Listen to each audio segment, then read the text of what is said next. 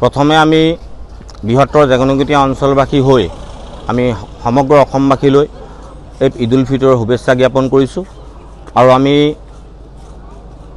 অতি দুখ আৰু মৰ্মৰ বেদনাৰে এইবাৰ আমাৰ পবিত্ৰ ৰমজান মাহৰ ঈদ উল ফিতৰৰ দিনটো আমি জেগনগতীয়া অঞ্চলত জুবিন গাৰ্গৰ প্ৰতিচ্ছবি লগাই তেখেতক একাজলি শ্ৰদ্ধাঞ্জলি দি আমি এই ঈদ পালন কৰিবলৈ ওলাইছোঁ।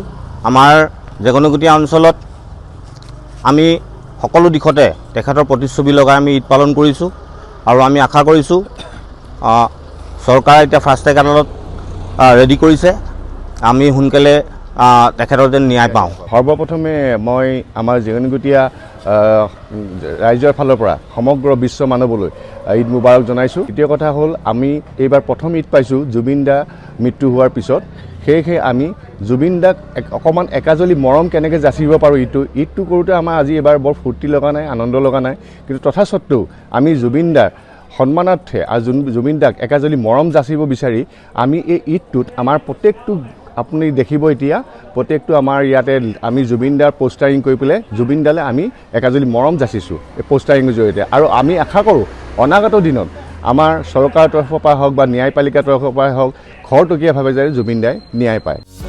যিকোনো খবৰৰ বাবে যোগাযোগ কৰক আমাৰ এই নম্বৰত 9181 307 221।